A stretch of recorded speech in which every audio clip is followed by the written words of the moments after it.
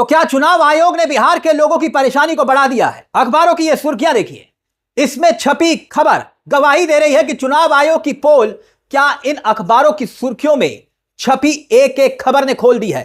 एक नहीं है, कई अखबारों की खबरें मैं आपके सामने रखने वाला हूं विस्तार के साथ, क्योंकि इन अखबारों की सुर्खियों में गवाही है कि आखिरकार हुआ क्या है।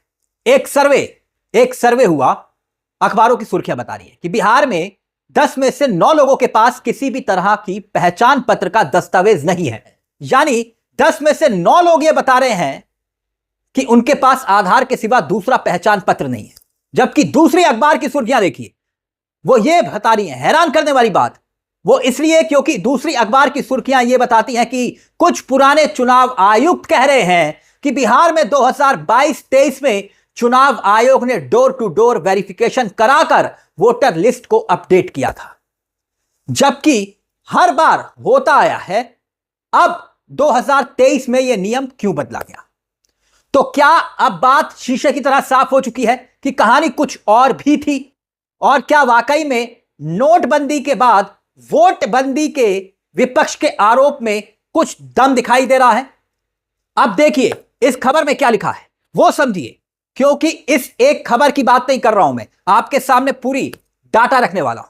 इस खबर में ग्राउंड रिपोर्ट का हवाला दिया गया है। रिपोर्ट में बताया गया है कि कैसे खुद मुख्यमंत्री नीतीश कुमार का जो अपना गढ़ है, जिसे नालंदा कहते हैं, जी नालंदा का इलाका, वहां तक में सन्नाटा गहराता जा रहा है। और स्थिति यह है कि चुनाव आयोग की वोटिंग शर्तों को लेकर आम जनता परेशान हो रही है। और जब वहां जांच के लिए चुनाव आयोग की टीम पहुंचती है तो कल्याण बीघा एक इलाका है, वहां पर अधिकतर लोगों के पास अपनी पहचान के लिए कोई कागज नहीं था। अगर था तो सिर्फ आधार कार्ड, आधार कार्ड के सिवा कोई और कागज नहीं था, जिसे चुनाव आयोग मानने को तैयार नहीं है।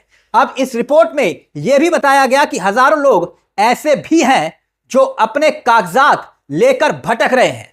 कितनी हैरानी की बात है कि करोड़ों लोग रोजी रोटी के लिए बिहार के बाहर दूसरे राज्यों में काम कर रहे हैं, जबकि 20 दिन का समय कागजात बनाने के लिए बचा है।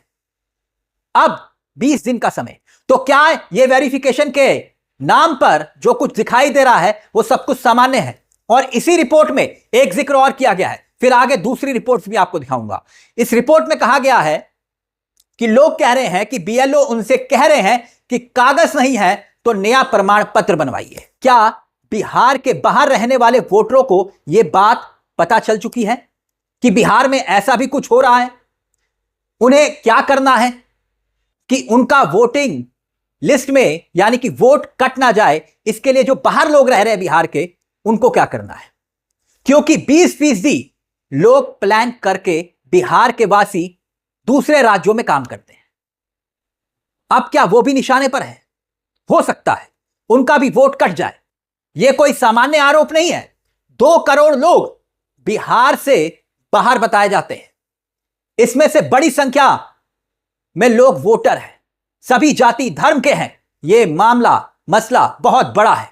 मगर आप तो जानते ही हैं कि दिल्ली में चुनाव आयोग ने विपक्ष के साथ क्या सलूक किया, क्या बर्ताव किया। जब बैठक के लिए विपक्ष चुनाव आयोग के दरवाजे पहुंचता है तो बैठक से बाहर आकर 11 विपक्षी दलों ने जब अपनी आप बीती बताई तो लोग सब दंग रह गए कि भारत की संवैधानिक संस्था चुनाव आयोग क्या अब सिर्फ भाजपा यानी कि भारतीय जनता पार्टी की ही सुनती है, विपक्ष की नहीं? खैर, कुछ अखबारों का और जिक्र करता हूं आपके सामने। देखिए कि मामला क्या है। नवंबर 2015 की एक खबर देखिए। कोयम्बटूर में मतदाता सूची की जांच में 1,07,000 वोटर डुप्लीकेट पकड़े गए। यह खबर को ध्यान से देखते रहिएगा, एक एक खबर आपको बता रहा हूं। टाइम्स ऑफ इंडिया की अब यह खबर देखिए।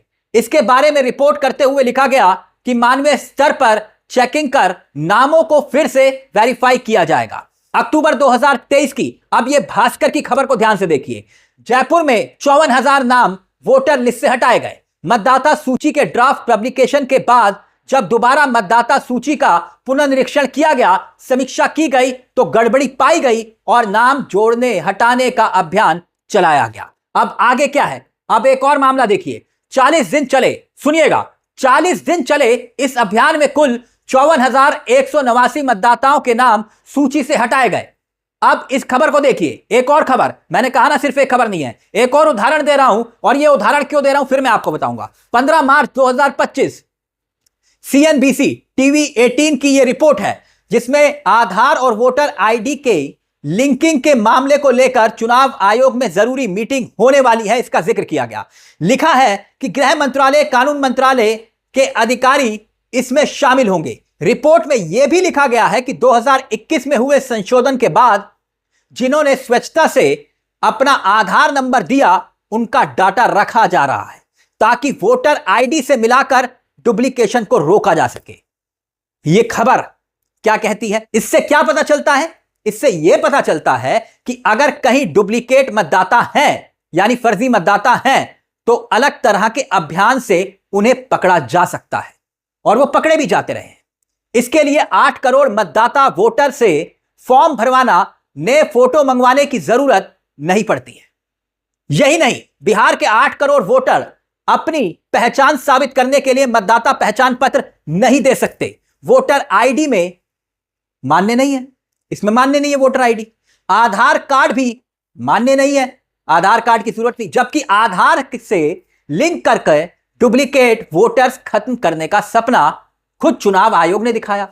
और अगर आधार से डुप्लीकेशन को रोका जा सकता है, और अगर यही पुनर्निरीक्षण का मकसद है, उद्देश्य है, लक्ष्य है, जिससे श्री 1008 ज्ञानेश कुमार कह चुके हैं, फिर आधार में इसे शामिल करने में क्यों दिक्कत है?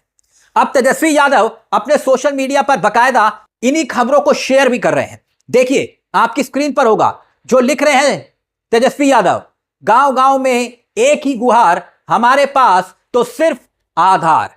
कौन कह रहा है? तेजस्वी यादव। तेजस्वी यादव आगे लिख रहे हैं, इंडियन एक्सप्रेस की जो खबर है बकायदा उसका हवाला देते हुए वो लिख रहे हैं कि मोदी शाह की चुनाव आयोग द्वारा करवाई जा रही तानाशाही का जीता जागता नमूना है। तो दोस्तों, ये खबरें क्या प्रमाण देती है? ये खबरें क्या संकेत देती है? बात इतनी नहीं है, आगे तेजस्वी यादव ये भी लिखते हैं कि भाई नीतीश कुमार का जो निजी इलाका है नालंदा, जिसका जिक्र हमने किया था, भाई नालंदा में चुनाव आयोग गया और चुनाव आयोग की वोटिंग शर्तों को लेकर वहां के लोग भ्रम के जाल में फंसे हुए हैं। तेजस्वी यादव कह रहे हैं कि विधानसभा चुनाव से ठीक पहले लोगों से नागरिकता साबित करने के लिए कागज मांगे जा रहे हैं। जो कागज नहीं दिखा पा रहे उसे वोटिंग लिस्ट से हटा दिया जा रहा है। मामला गंभीर है और इसी मामले को लेकर विपक्ष लगातार सवाल भी उठा रहा है। तो ऐसे में कई सवाल खड़े होते हैं। सवाल क्या कि चुनाव से ठीक पहले ऐसा प्रयोग क्यों किया गया? यह प्रयोग था या संजोग था? यह क्यों किया जा रहा है? एक महीने में 8 करोड़ लोगों की नागरिकता की जांच कैसे संभव हो सकती है? जिन्होंने 1 साल पहले लोकसभा चुनाव में वोट दिए थे, तो क्या यह सवाल नहीं खड़ा होता जिन्होंने अभी लोकसभा चुनाव में वोट दिए थे वो 1 साल बाद अयोग्य या फर्जी कैसे हो गए? यह एक यक्ष प्रश्न है दोस्तों, जरा सोच कर देखिएगा, क्योंकि इन्हीं सवालों के जवाब में पूरी कहानी छिपी है। मुझे तिलक चावला को दीजिए इजाजत। चलते चलते एक दरख्वास्त, अगर हो सके तो इस चैनल को सब्सक्राइब करना मत भूलिएगा। नमस्कार, जय हिंद, जय भारत।